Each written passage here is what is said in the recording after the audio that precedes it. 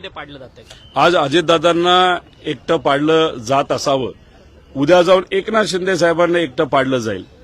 मुंबई महानगरपालिकेचं इलेक्शन झाल्यानंतर आकडेवारी ही बघितली जाईल. त्याच्यामध्ये समजा एकनाथ शिंदे साहेबांची आकडेवारी योग्य नसेल आणि एक हाती सत्ता जर भाजपची आली तर दुसऱ्या दिवशी एकनाथ शिंदे साहेबांच्या पक्षाला वाऱ्यावर सोडलं जाईल. फक्त मुंबई महानगरपालिकेचं इलेक्शन असल्यामुळेच एकनाथ शिंदे साहेबांना अजूनपर्यंत हात त्या ठिकाणी लावला गेला नाही.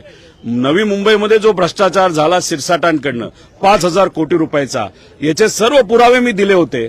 पण कुठेतरी आमच्या ऐकण्यात असं येतंय मुंबई महानगरपालिकेचं इलेक्शन होऊ द्या, काय परिस्थिती आपण बघूया आणि नंतर मग सिरसाटांवर तिथं कारवाई करायची का नाही करायची या बाबतीतला सरकार निर्णय घेणार आहे. म्हणजे भ्रष्टाचार करणाऱ्या लोकांवर सुद्धा इलेक्शनची परिस्थिती बघून कारवाई करायची का नाही करायची हे ठरवलं जाईल. पण एक तुम्हाला सांगतो, 2028 पर्यंत यांचा उपयोग आहे, तोपर्यंत उपयोग हे भाजप करून घेईल. त्यानंतर यांच्यातलेच बरेचसे आमदार भाजपमध्ये प्रवेश करतील आणि 2029 लोकसभेला तिथं भाजप विरुद्ध सर्व इतर पक्ष अशी ही निवडणूक होण्याची शक्यता